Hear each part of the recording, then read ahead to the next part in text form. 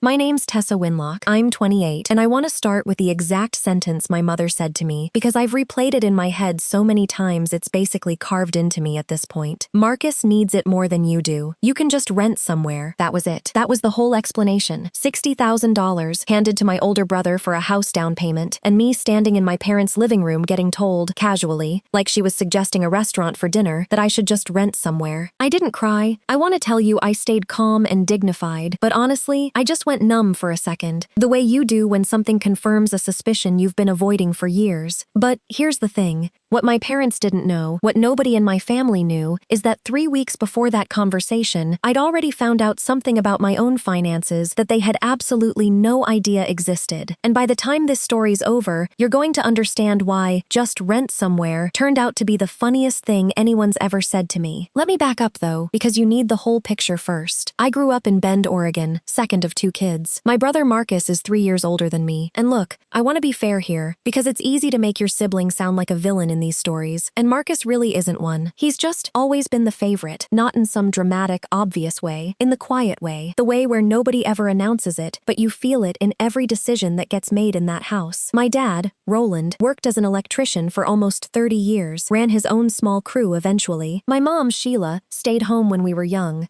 then went back to work at a real estate office once we were both in school. Solid, middle-class household.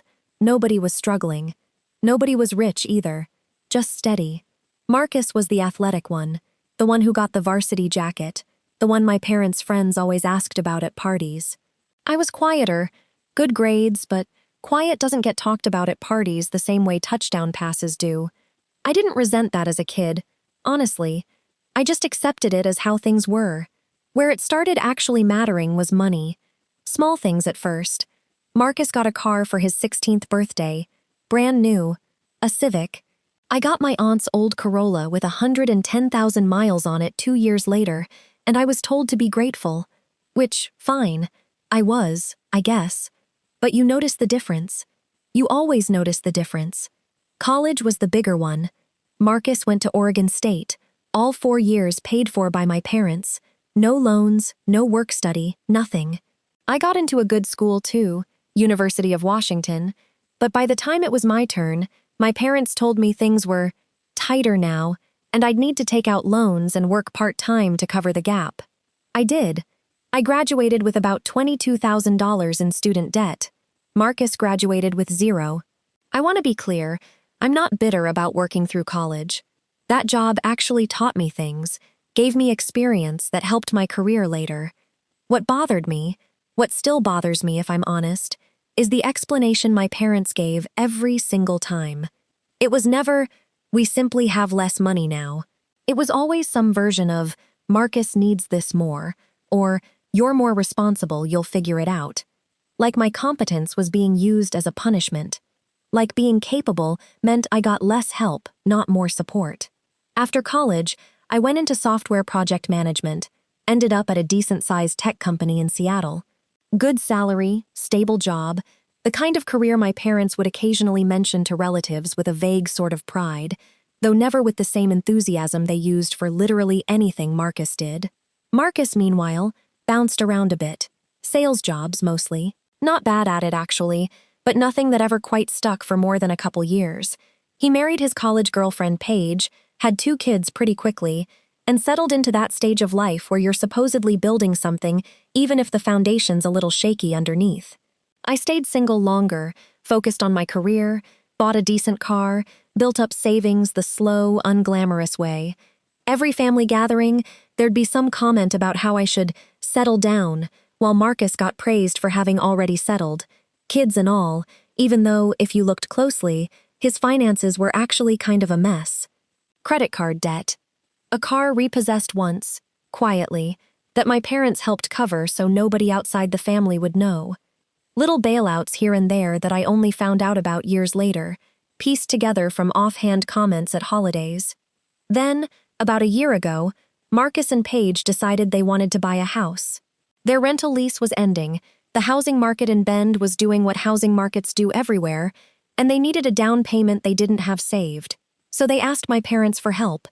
I didn't know the specifics of that conversation happening, I only found out about it the same day I found out the money had already been given. I'd driven up to Bend for what I thought was just a regular Sunday dinner, nothing special, the kind of visit I did every month or so since Seattle's only a few hours away. Marcus and Paige were there too, which wasn't unusual. What was unusual was the energy in the room, this barely contained excitement I could tell was building towards some kind of announcement. Over dinner, my dad casually mentioned that Marcus and Paige had put an offer in on a house, a nice 4-bedroom place on the east side of town, good school district, big yard for the kids. Everyone was thrilled, talking about paint colors and moving dates like it was already settled. I asked, genuinely happy for them at that point, how the down payment worked out, since I knew they'd been struggling to save. That's when my mom said it. Casual as anything, like she was mentioning she'd picked up milk at the store. "Oh, your father and I gave them $60,000 toward it. We figured it's easier for us to help now while we can, rather than leave it all for some inheritance situation later." I remember sitting there for a second, fork halfway to my mouth, doing math I didn't want to be doing at that table. $60,000. My parents didn't have unlimited money. That wasn't pocket change to them. That was a real chunk of their savings, and they'd never once mentioned even considering something like that for me. I asked, carefully, trying to keep my voice neutral, "Is there something set aside for me too? For when I eventually buy something?" And that's when my mother said the sentence, the one I started this whole story with. "Marcus needs it more than you do. You can just rent somewhere." I looked around the table.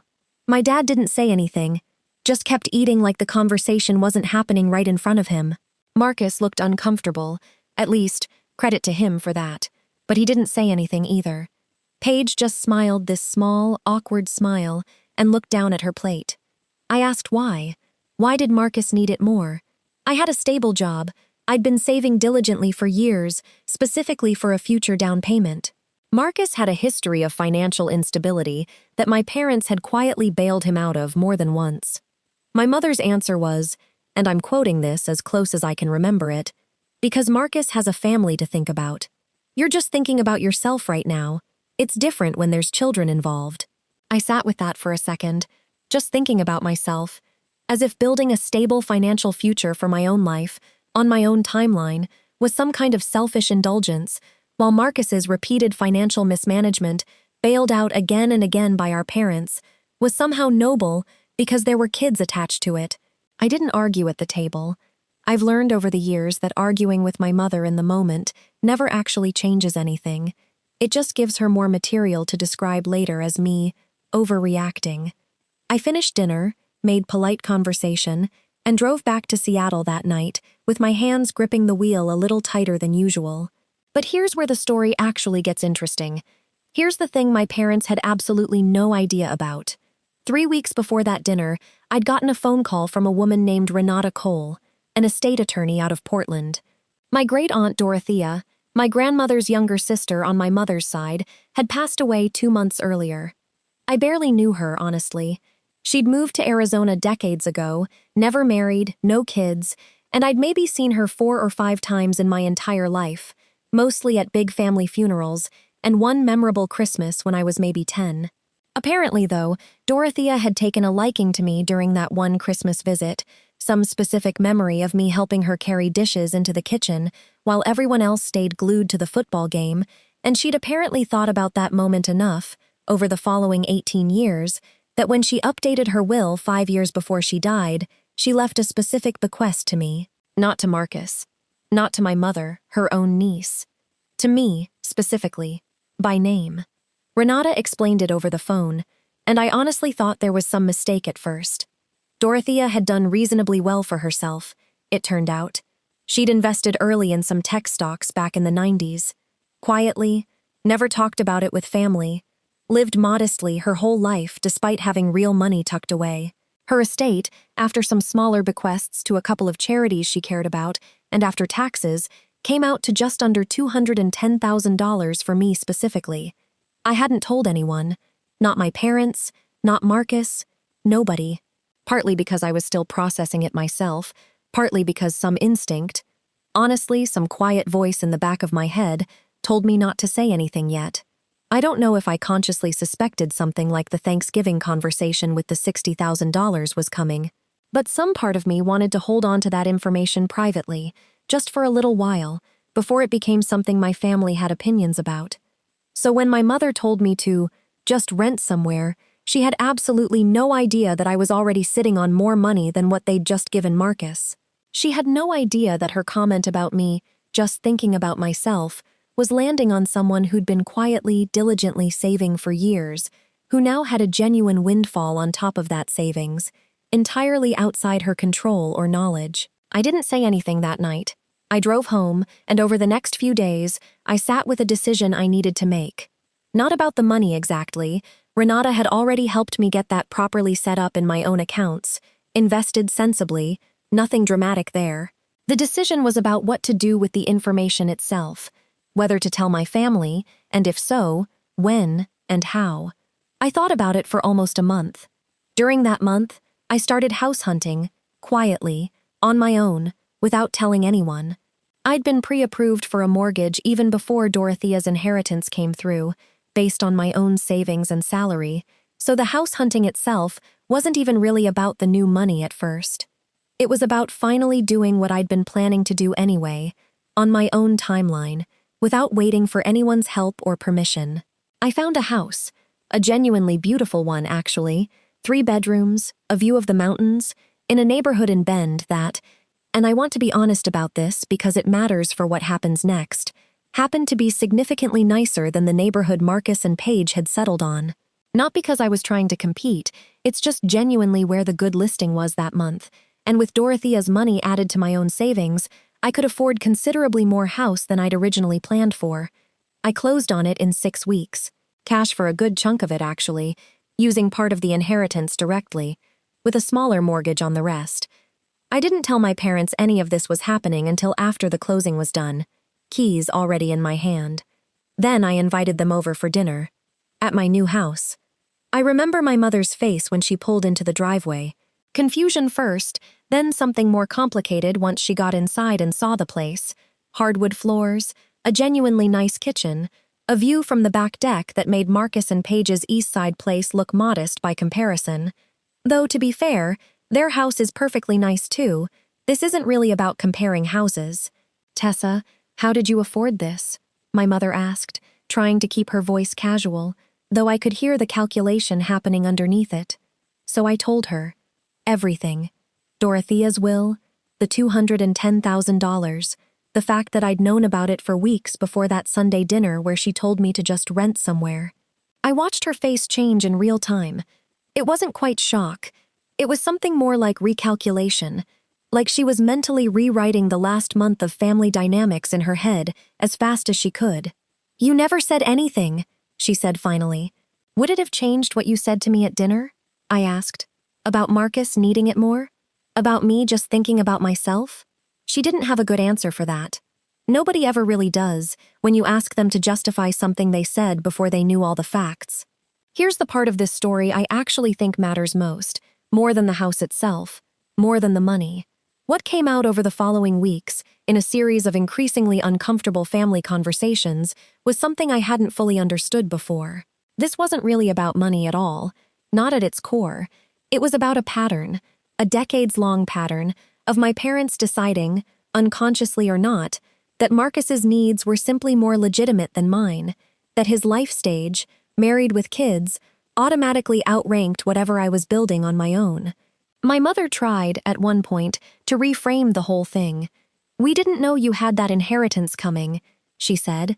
"If we'd known, of course we would have thought about things differently. But that's exactly the problem, isn't it?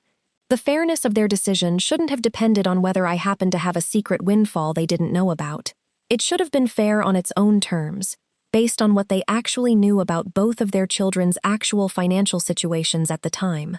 And based on what they knew, I was the stable one, the one who'd never needed a bailout, the one who'd worked through college while Marcus got a free ride, and I still got told to just rent somewhere while he got $60,000, no strings attached, no expectation of repayment ever mentioned.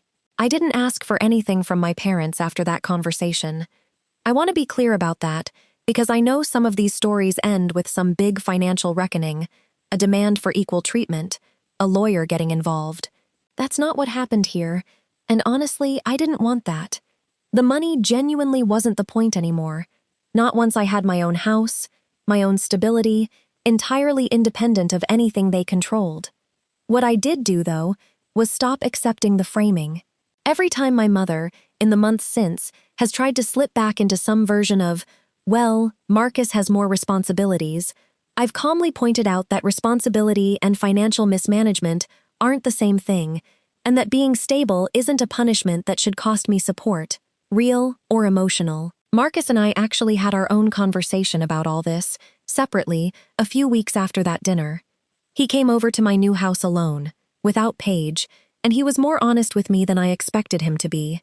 "I didn't ask them to tell you to rent somewhere," he said. "I didn't even know they said that to you until Mom mentioned it, upset, a few days after your dinner. I want you to know that wasn't me. I believed him, actually.